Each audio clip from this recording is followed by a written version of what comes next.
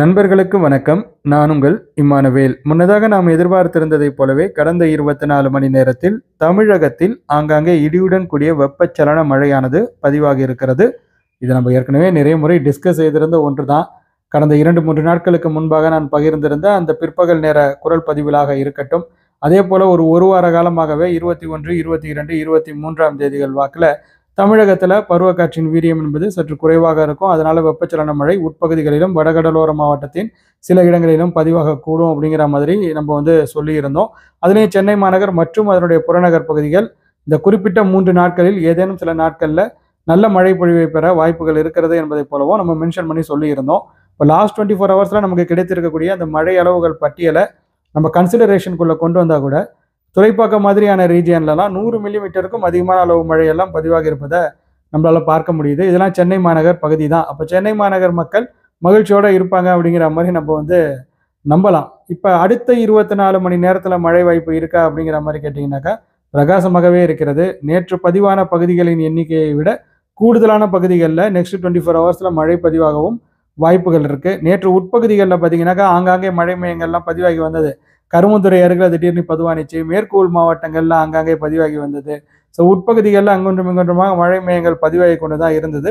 நமக்கு கிடைத்திருக்கக்கூடிய அந்த மழை அளவுகள் பட்டியலை நாம் அடிப்படையாக கொண்டு பார்த்தால் கூட ஈரோடு மாவட்டத்தில், சேலம் மாவட்டத்தில், ஏன் நம்ம தஞ்சாவூர் மாவட்டத்தில், மதுரை மாவட்டத்தில், செங்கல்பட்டு மாவட்டத்திலலாம் சில இடங்களில் மென்ஷன் பண்ணி சொல்கிற அளவுக்கு மழை பதிவாகி இருப்பதை உறுதிப்படுத்த முடியுது. சென்னை மாநகர் மற்றும் அதனுடைய புறநகர் பகுதிகளை நம்ம சொல்லவே தேவையில்லை. ஏன்னா அங்கே தான் அதிகாலை நேரத்தில் நல்ல இடியுடன் கூடிய மழையாக தரமாக சில இடங்களில் பதிவாகி இருக்கிறது. ஸோ அதை நம்ம பார்க்குறோம். இப்போ நெக்ஸ்ட் 24 ஹவர்ஸில் இன்னுமே கூடுதலான பகுதிகளில் மழை பதிவாகுங்கிறது நம்மளுடைய கணிப்பாக இருக்கிறது. அது எந்தெந்த பகுதிகள் என்பதை இந்த காணொலியில் நான் உங்கள் கூட பகிர்ந்து கொள்ள போகிறேன். அது மட்டும் இல்லாமல் மழை அளவுகள் பட்டியலை இந்த காணொலியின் இறுதியில் உங்கள் கூட நான் பகிர்ந்து கொள்கிறேன். இப்போ மீண்டும் பார்த்தீங்கன்னாக்கா 24ஆம் தேதி வாக்கில் வடக்கு வங்கக்கடல் அல்லது அதற்கு நெருக்கத்தில் இருக்கக்கூடிய மாநிலங்களில் ஒரு புதிய சுழற்சி உருவாக இருக்கிறது. அதனால் அந்த நேரத்தில் பார்த்தீங்கன்னா நமக்கு மழையானது குறைந்து விடும். இப்போ நெக்ஸ்ட்டு ஒரு 2 டேஸ் தான்.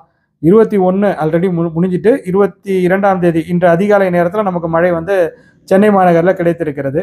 இப்போ 23ஆம் தேதி மழை வாய்ப்பு என்பது இருக்கிறது. அதன் பிறகு மழையானது குறைந்து விடும் என்பது தான் நிதர்சனமான உண்மை. அதாவது வெப்பச்சலன மழை குறைந்து விடும். மேற்கு தொடர்ச்சி மலை பகுதிகளில் அங்கங்கே மழையானது பதிவாகி கொண்டு தான் இருக்கும். இப்போ கூட பார்த்தீங்கன்னாக்கா தென்மேற்கு பருவக்காற்று என்பது மகாராஷ்டிரா மாநிலத்திலும் குஜராத் மாநிலத்திலும் ஆக்டிவாக தான் இருக்குது.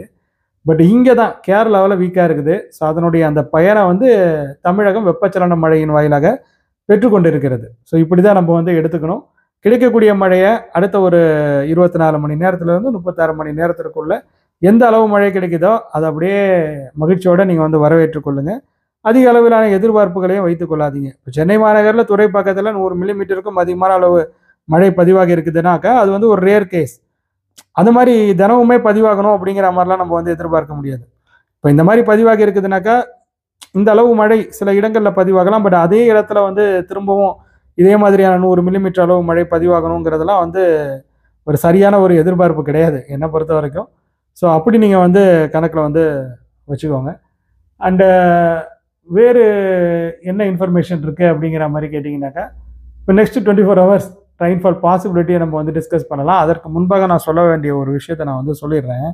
இங்கே பார்த்தீங்கன்னா டிரான்ஸ்ஃபார்மர் வெடிச்சிட்டு பவர் கட்டு. இப்போ இந்த குரல் பதிவை நான் பதிவு செய்து கொண்டு இருக்கிறேன் இல்லையா, இது கிட்டத்தட்ட ஒரு 50-60 முறையாவது நான் பதிவு செய்கிறதுக்கு முயற்சி பண்ணியிருக்கேன். முயற்சி பண்ணிக்கொண்டே இருந்தேன். இப்போ தான் இப்போ இந்த குரல் பதிவை நீங்கள் கேட்டுக்கொண்டு இருக்கீங்கன்னாக்கா இதான் லாஸ்ட் டேக்குன்னு அர்த்தம். எதனாலனா மின்சாரம் இருந்தப்பயாவது இந்த இடம் ரொம்ப சைலண்ட்டாக இருக்கும். எல்லாம் வீட்டுக்குள்ளே முடங்கிடுவாங்க. மின்சாரம் இல்லை அப்படின்ன உடனே பைக்கு சத்தம் கேட்டுக்கிட்டே இருக்குது, புல்லட் சவுண்டு கேட்குது.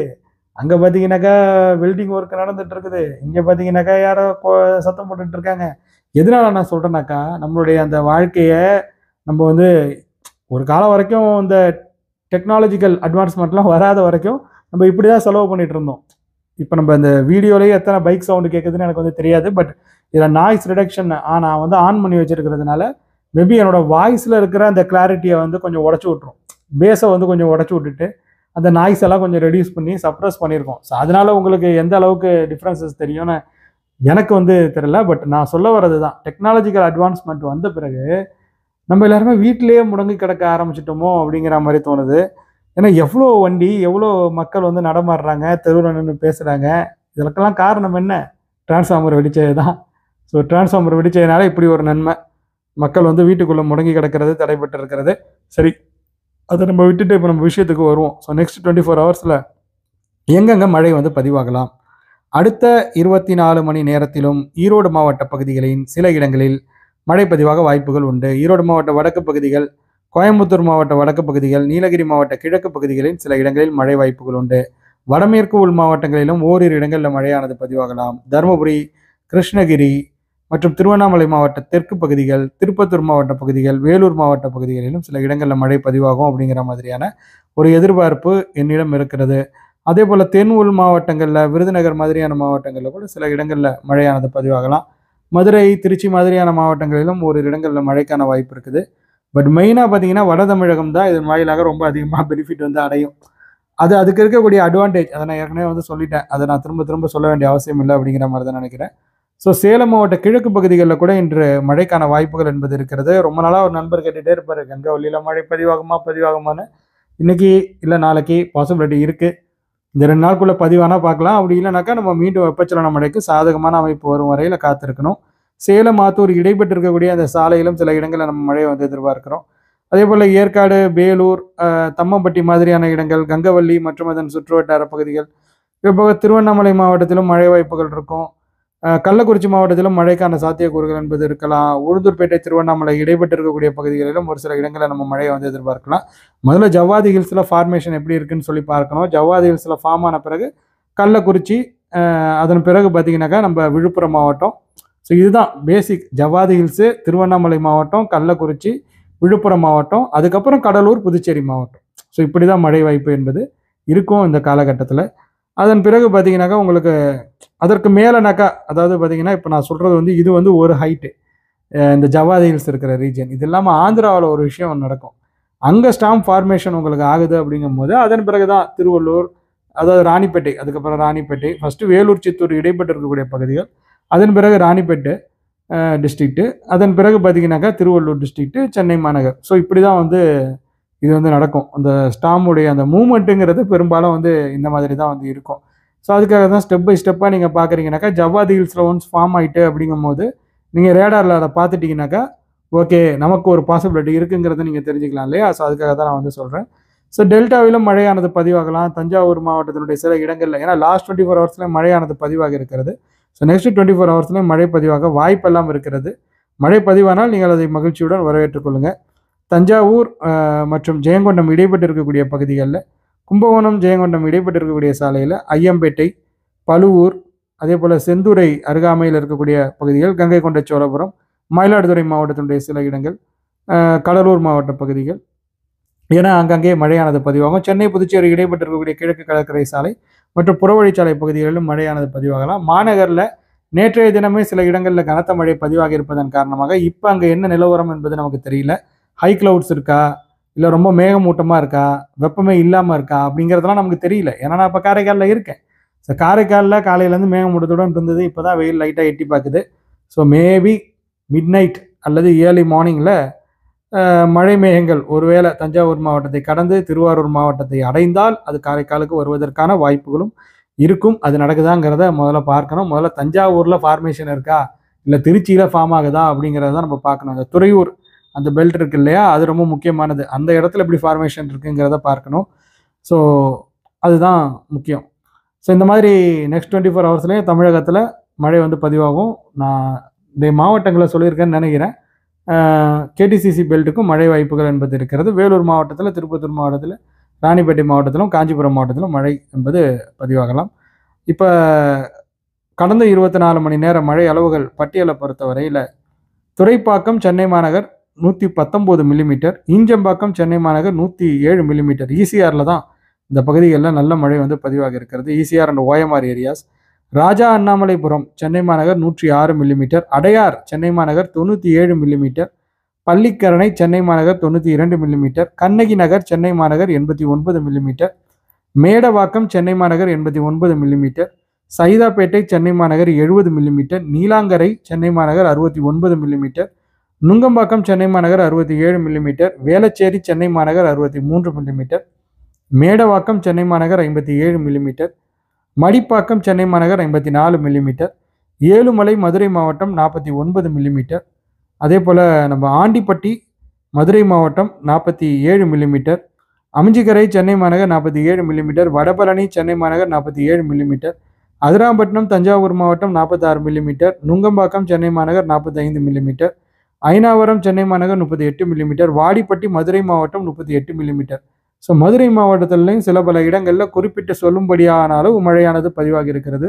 சோழிங்கநல்லூர் சென்னை மாநகர் 35 மில்லிமீட்டர், பட்டுக்கோட்டை தஞ்சாவூர் மாவட்டம் 33 மில்லிமீட்டர், ஈரோடு மாநகராட்சி ஈரோடு மாவட்டம் 28 மில்லிமீட்டர், வலசரவாக்கம் சென்னை மாநகர் 28 மில்லிமீட்டர், நாராயணபுரம் சென்னை மாநகர் 27 மில்லிமீட்டர், பேரையூர் மதுரை மாவட்டம் 26 மில்லிமீட்டர், அதே போல் மணலி சென்னை மாநகர் 24 மில்லிமீட்டர், காரியக்கோயில் அணை சென்னை சேலம் மாவட்டம் 24 மில்லிமீட்டர், நெய்வாசல் தென்பாதி தஞ்சாவூர் மாவட்டம் 23 மில்லிமீட்டர், கிளாம்பாக்கம் செங்கல்பட்டு மாவட்டம் 22 மில்லிமீட்டர், உத்தண்டி சென்னை மாநகர் 22 மில்லிமீட்டர், பெருங்குடி சென்னை மாநகர் 22 மில்லிமீட்டர், பாரிஸ் கார்னர் சென்னை மாநகர் 22 மில்லிமீட்டர், திருப்போரூர் செங்கல்பட்டு மாவட்டம் 21 மில்லிமீட்டர், மொடக்குறிச்சி ஈரோடு மாவட்டம் 21 மில்லிமீட்டர், சென்னை மாவட்ட ஆட்சியர் அலுவலகம் சென்னை மாநகர் 21 மில்லிமீட்டர், மாமல்லபுரம் செங்கல்பட்டு மாவட்டம் 20 மில்லிமீட்டர், அண்ணா நகர் சென்னை மாநகர் 20 மில்லிமீட்டர், இவை போக திருக்கழுக்குன்றம் கொளத்தூரில் 19 மில்லிமீட்டர் அளவு மழை, அதே போல் பார்த்தீங்கன்னாக்கா சேலம் மாவட்டம் ஆத்தூரில் 17 மில்லிமீட்டர் அளவு மழை, திண்டுக்கல் மாவட்டம் நிலக்கோட்டையில் 15 மில்லிமீட்டர் அளவு மழை,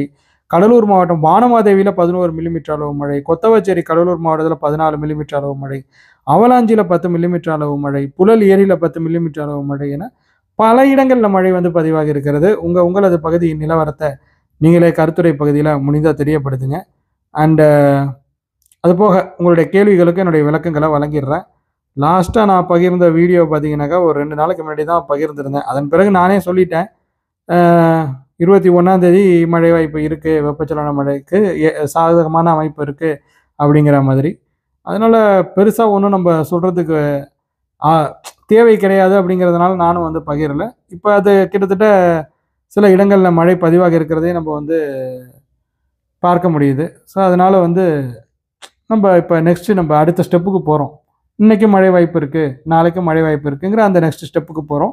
24th மழை குறையும் அப்படிங்கிறதையும் நம்ம வந்து கன்சிடரேஷனுக்குள்ளே கொண்டு வரோம். இப்போ விநாயகர் மூர்த்தி அப்படிங்கிற நண்பர் வந்து கடந்த காணொலியினுடைய கருத்துரை பகுதியில், என் அன்பு நண்பர் இமானுவேல் அவர்களுக்கு இனிய மாலை வணக்கம். விருதுநகர் மாவட்டம் ராஜபாளையம் சுற்றுவட்டாரம் வரும் நாட்களில் வெப்பச்சலனம் மழைக்கு வாய்ப்பு இருக்கிறதா நண்பரே? தங்கள் காணொலி எங்களுக்கு மிகவும் பயனுள்ளதாக இருக்கிறது. உங்களது சேவை எங்களுக்கு தேவை நண்பரே, நன்றி வணக்கம்னு சொல்லியிருக்காரு. நன்றி உங்களுக்கும், தொடர்ந்து உங்களுடைய ஆதரவை நீங்கள் வழங்கி கொண்டிருங்க. இப்போ ராஜபாளையம் மாதிரியான இடங்களுக்கு இப்போ இந்த மாதிரியான சுழற்சிகள் அடுத்தடுத்து உருவாகுது இல்லையா, இந்த மாதிரியான கண்டிஷனும் கொஞ்சம் ஃபேவரபுளான ஒரு கண்டிஷன் தான் விருதுநகர் மாவட்ட மேற்கு பகுதிகளுக்கு. ஸோ பார்க்கலாம் நெக்ஸ்ட்டு ஒரு 2 to 3 டேஸில் மழை பதிவாகுதா அப்படிங்கிறது. அதன் பிறகு பார்த்திங்கனாக்கா கண்டிஷன் மறுபடியும் ஃபேவரபுளாக வர்ற வரைக்கும் நம்ம வந்து வெயிட் பண்ணணும், வேறு வழியே கிடையாது. முனியப்பன் அப்படிங்கிற நண்பர் வந்து, வணக்கம் நண்பா, அவலூர்பேட்டை சுற்று வட்டார பகுதிகளுக்கு மீண்டும் எப்போது மழை வரும்? இப்போ நெக்ஸ்ட்டு 24 ஹவர்ஸ்லேயே மழை வாய்ப்பு இருக்குது திருவண்ணாமலை மாவட்டத்தில். நெக்ஸ்ட்டு ஒரு 48 ஹவர்ஸ் வரைக்கும் பார்த்திங்கன்னா உட்பகுதிகளில் மழை வாய்ப்பு இருக்கும். அதன் பிறகு குறைய தொடங்கிடும். ஸோ பார்க்கலாம் இன்றைக்கி பதிவாகுதா அப்படிங்கிறது. வராகராஜன், ஆந்திர எல்லை ஓர மாவட்டம் ராணிப்பேட்டை அண்ட் வேலூர் மீண்டும் வெப்பச்சலன மழை எப்போது?